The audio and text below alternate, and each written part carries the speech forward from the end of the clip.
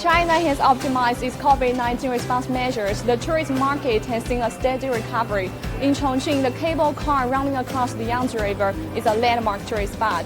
Recently, it has resumed its operation and seen a large influx of tourists. 我们从9号恢复运营后的话，每天的游客量平均是在1.1万人次，同期增长的话是达到了144%。The cable car, initially put into service in 1987, was a transportation at first for its local citizens. Then it becomes a favorable choice for travelers because taking this cable car can offer them a better view to appreciate the splendid sceneries of this mountain city. 准备来重庆玩5天，然后刚刚坐了长江索道，等一下准备去李子坝和皇冠大扶梯，感受一下这儿的人文还有景色。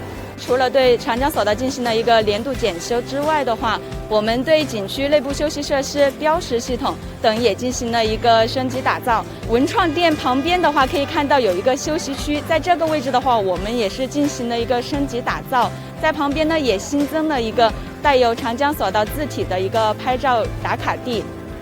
In fact, there are more than one transportation turned attraction in Chongqing. The Crown Escalator, the Lizba Station Line 2, and other sites all have attracted tourists here. Not only bringing a great convenience to local people, it also has left a deep impression on tourists from all over the world.